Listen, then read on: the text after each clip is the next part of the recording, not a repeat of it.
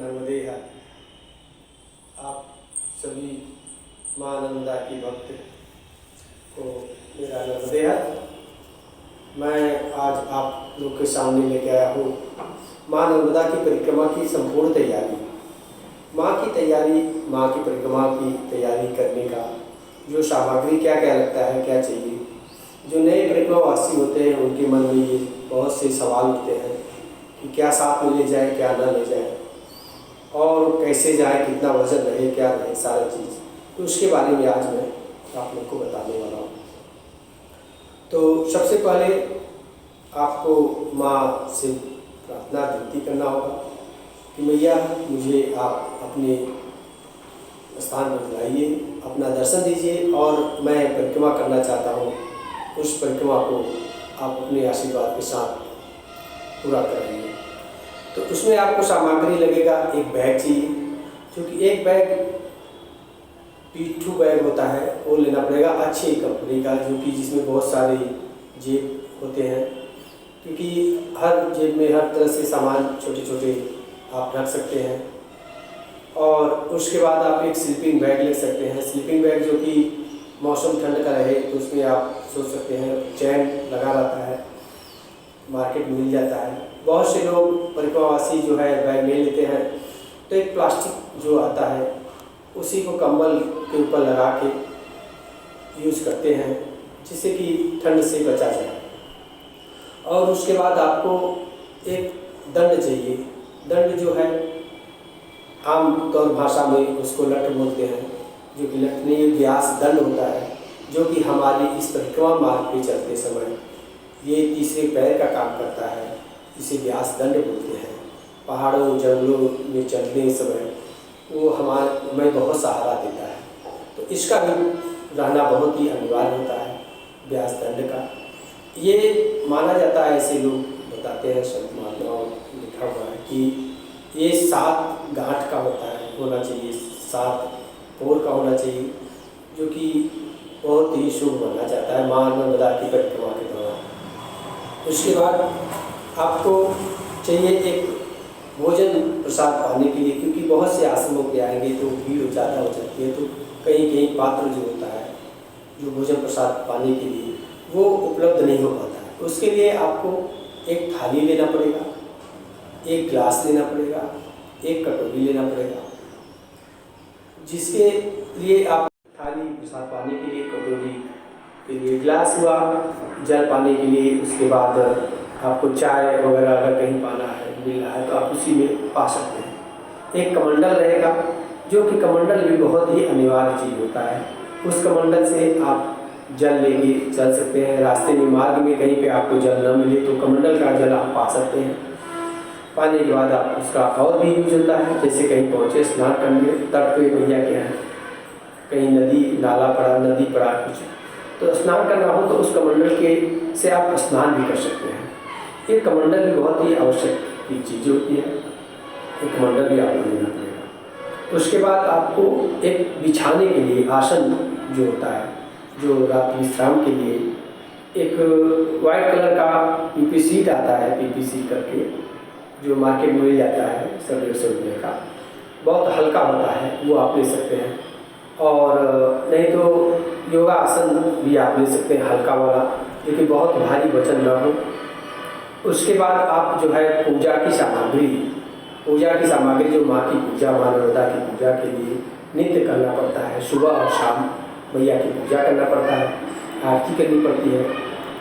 तो उसके लिए आपको कपूर, अगरबत्ती, धूपबत्ती हुआ, और चावल अच्छे रख लीजिएगा, तो आप चंदन टीका लगाने के लिए ये सब पूजा की सामग्री जो है आप रखिए। प्रसादी भोग लगाने के लिए आप किशमिश का भी रख सकते हैं, बादाम भी रख सकते हैं, और गणेश जो खड़ी शक्कर आती है उसका भी यूज़ कर सकते हैं, इलायची दाना का भी कर सकते हैं।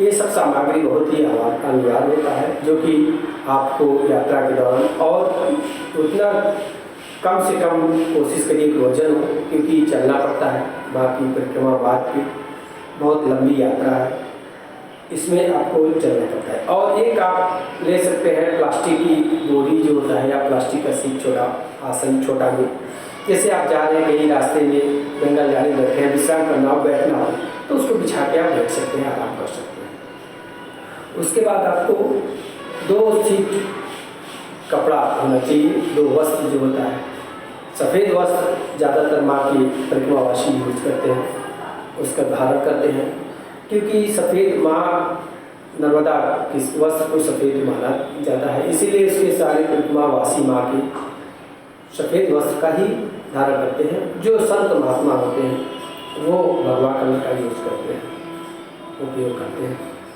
और उसके साथ आप इनर भी रख सकते हैं, जो कि ठंड के मौसम में आप पहन सकते हैं। एक मंकी कैप होता है, उसको भी आप रख सकते हैं ठंड में लगा के पहनने के लिए। और उसके बाद आप रात का कहीं पे लाइट का व्यवस्था होता है, नहीं होता है, तो बाहर भीतर आने जाने के लिए आप एक टार्च भी जरूर, छोटी सी टार्च रख लीजिएगा, उससे बहुत ही यूजफुल, बहुत ही आराम मिलता है। और एक रस्सी जो होता है आप लोग रखेंगे तो कपड़े सुखाने के लिए कहीं आश्रम पे गए, आप कहीं मंदिर पे गए, वहाँ पे आप विश्राम किए, सुबह स्नान किए, तो कपड़े वस्त्र जो आपके जो स्नान करेंगे गीला होगा तो जगह नहीं मिलता, तो आपके पास रस्सी रहेगा, तो उस पर आप डाल के उसको सुखा सकते हैं। तो वो रस्सी भी आप रख लीजिएगा 10 मीटर 5 मीटर करके। उसके बाद आप जो है एक सुई धागा भी रख सकते हैं, क्योंकि रास्ते में चलते समय कोई वस्त्र कहीं से पड़ गया तो उसको सीख सकते हैं। बैग आपका कहीं से सिलाई छोड़ दिया तो मार्केट शहर बहुत कम पड़ते हैं, माँ की तरफ से आप चलेंगे, मैया की तरफ से चलेंगे, मैया का दर्शन करते हुए चलेंगे, तो आपको मार्केट शहर कम पड़ेगी।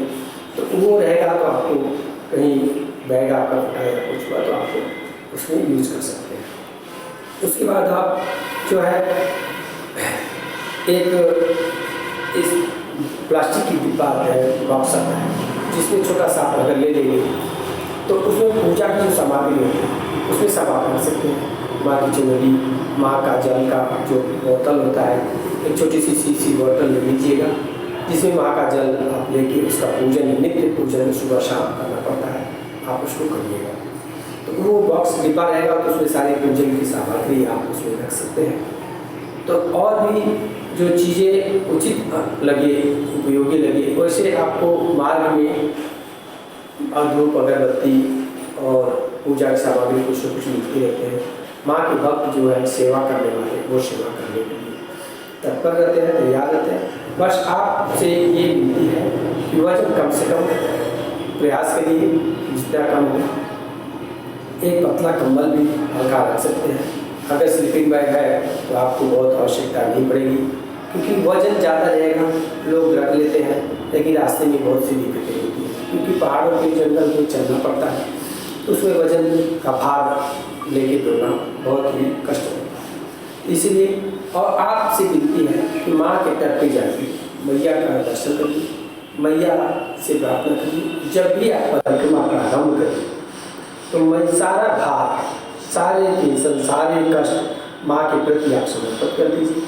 हे माँ, आप माँ से विनती करिए, हे मैया, अब मैं आपका जल लेके आपकी परिक्रमा के लिए चल रहा हूँ, जो भी हो सारा भार, सारा चीज़ आपके ऊपर है, जैसी आपकी इच्छा वैसे ही आप हमको परिक्रमा कराइए। बस मैं ये चाहता हूँ मैया कि आपकी परिक्रमा पूर्ण रूप से, तन मन से एकदम माँ का नाम लेते हुए मैया को विनती करिए, कोई कष्ट नहीं होगा, सब आनंद से बीतेगा। मैया का भजन करते चलिए, क्योंकि माँ का भजन आप नित्य करते रहिए। अगर आप गुरु मंत्र लिए हैं तो आप गुरु मंत्र का भी जाप करते चलिए, और मार्ग में चलते रहेंगे, मंत्र का जाप करते रहिए, मैया का नाम लेते रहिए, मैया का जप करते रहिए, मैया को याद करते हुए, मैया को निहारते हुए, मैया को देखते हुए, क्योंकि माँ नर्मदा बहुत ही कृपालु है, बहुत ही दयालु है। बच्चों को कभी भी कोई कष्ट नहीं देते, बस उनके प्रति आपका प्रेम होना चाहिए, भाव होना चाहिए, जो श्रद्धा हो वो अटल हो, मैया के प्रति हो। आप निश्चिंत होकर परिक्रमा करिए, सारी सामग्री को आप ले लीजिए, आराम से करिए दर्शन। माँ हमेशा आपके बच्चों के ऊपर बहुत ही कृपा करती है। आप अकेले हैं तो बहुत ही आनंद आएगा, क्योंकि माँ आपके साथ है। आप ये मत सोचिए कि हम अकेले, माँ नर्मदा आपके साथ हमेशा, जिस दिन से, जिस पल से आप जल माँ का लेके परिक्रमा के नाम पे परिक्रमा के लिए निकल देते हैं, वो मैया आपके साथ हो जाती है, हमेशा आपके साथ किसी न किसी रूप में, आपके आगे पीछे पास में साथ में हमेशा रहते हैं। जो जल आपके चलते हैं वो माँ स्वयं साक्षात माँ नर्मदा रहती है। तो माँ के प्रति आस्था रखिए, विश्वास रखिए, आप चलते रहिए, किसी से कोई आप ऐसे ही आश्रमों पे जाके सेवा करिए, भजन भाव करिए मैया का, और आश्रमों पे जाइए। मार्ग पे जो आश्रम पड़े उसमें आश्रम पे 1 दिन 2 दिन रुक के आश्रम करते रहिए, आश्रम पे सेवा करिए। ऐसे ही बीच बीच में जो आश्रम मिले, आपको मौका मिले तो 1-2 दिन का सेवा देते हुए जाइए। और मैं आप लोग की परिक्रमा मार्ग पे चलने के लिए और आपकी मनोकामना पूर्ण करने के लिए मैया से मैं प्रार्थना करूंगा कि माँ आपकी सारी मनोकामना पूर्ण करे। सामग्री आप जो मार्ग में लगेगा बता दिए, सारे सामग्री आप ले लीजिएगा। और उसके बाद जो आपके मन में सवाल हो, अगर आपको मार्ग के बारे में जानकारी की परिक्रमा मार्ग के बारे में जानकारी चाहिए तो आप हमारे सनातन धर्म यात्रा यूट्यूब चैनल को सब्सक्राइब करके आप वीडियो देखेंगे तो पूरे मार्ग की जानकारी आपको मिलेगा, क्योंकि माँ नर्मदा के परिक्रमा मार्ग की पूरी जानकारी हमारे यूट्यूब चैनल सनातन धर्म यात्रा पे पूरा वीडियो अपलोड है। पूरे मार्ग के बारे में आप देख सकते हैं, उसके बारे में आपको पता चल जाएगा। और आप डिस्क्रिप्शन में हमारा नंबर मिलेगा, आपको अगर कोई सवाल पूछना हो मार्ग के बारे में, माँ नर्मदा की तट के बारे में, तो आप हमसे संपर्क कर सकते हैं। नर्मदे हर और नर्मदे हर।